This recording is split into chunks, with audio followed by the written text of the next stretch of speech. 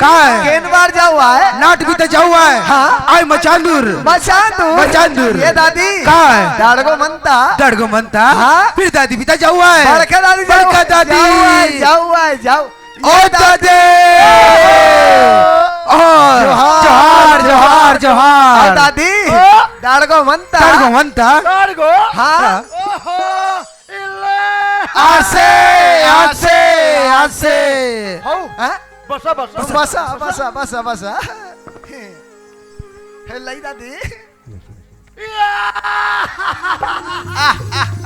लई लई लई लई लई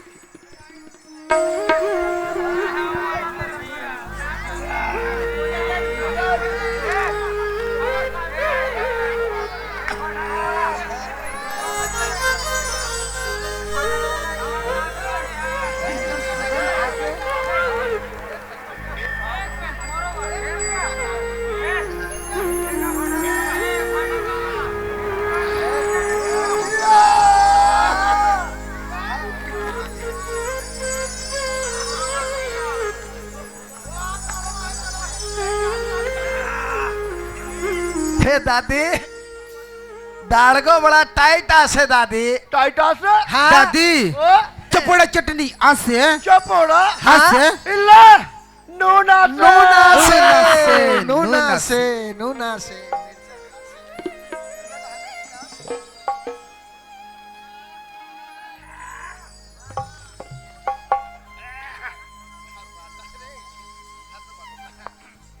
एक घड़ी हाँ चलता जाऊआ है दादी कहाँ है? लेकी केन बाटे लेकी हाँ ए लेकी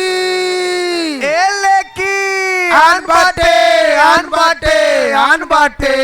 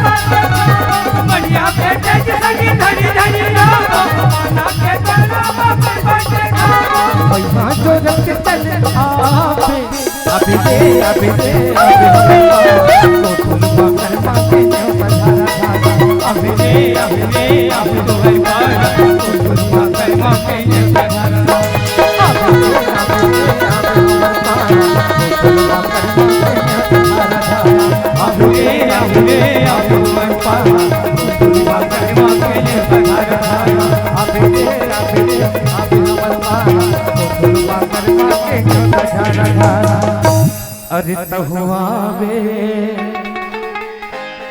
आवे तेंदु पाना टोले पर तहु आवे तेंदु पाना टोले पर का तहु आवे अरे तहु आवे तेनु पाना तोरे बरबो तहु आवे तेनु पाना तोरे बरगा तहु आवे डोंगरी के तीर तीर पास पाल धीरे आरो ले बन चले आवे तहु आवे तेनु पाना तोरे बरगा तहु आवे तेनु पाना तोरे बरगा तहु